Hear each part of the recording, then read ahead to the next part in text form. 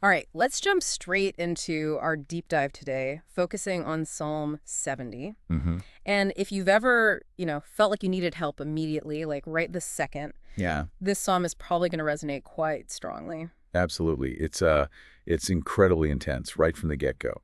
An urgent cry. It really is. What strikes me immediately is how it just launches into it. There's no warm-up, is there? No, not at all. It's just bam. Hasten, oh God, to save me. Hmm. Oh Lord, come quickly to help me. You can almost hear the desperation, the sheer need, someone facing something really serious. Definitely. And you feel that tension straight away. On one hand, this dire situation, these enemies, Right. and on the other, this like immediate turn to God, total reliance. That opening phrase, hasten, come quickly. Yeah, It just sets such an urgent tone. it really does.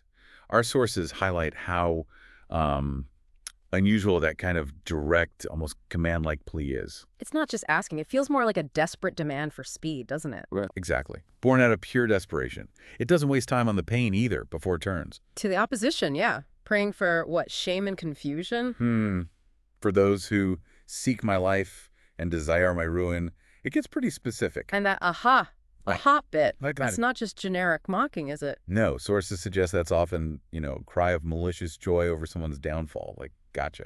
Oof. So asking for them to be turned back in shame is like wanting their own triumph thrown back at them. Precisely. Turning their anticipated victory into humiliation. Mm. But then there's a shift. Yeah, amidst all that difficulty, there's a contrast drawn. Right. It moves from the enemies to a completely different group. It asks that all who seek you rejoice and be glad. So a real juxtaposition. Yeah. Confusion for the foes, joy and praise for those seeking God. Exactly. Those who love your salvation should always say, let God be exalted. It highlights these two paths, these two outcomes. Ruin versus rejoicing, basically, depending on your alignment with God. Mm-hmm. But even with that hope for others, the psalm pulls us right back to the speaker's own situation. Right back to, yet I am poor and needy. And that's key. It's probably not just about money, right? Yeah. In the Psalms, poor and needy. It often means helpless, totally dependent. Yeah, utterly reliant on God because, well, there's nowhere else to turn. It underlines that vulnerability again. And that urgent plea from the beginning, it's not forgotten. No, it comes back, maybe even stronger.